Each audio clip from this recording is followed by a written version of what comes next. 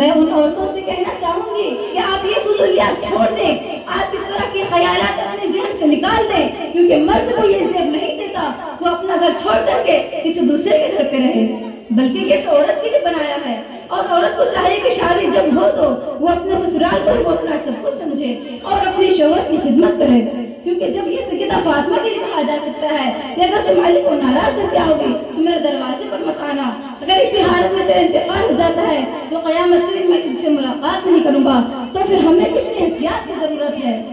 اللہ سے ہم دعا کرتے ہیں کہ اللہ رب العزت ہمیں اس طرح کی نافرمانیوں سے بچائے اور فرما بردار بنائے، آمین۔ السلام علیکم ورحمۃ اللہ وبرکاتہ۔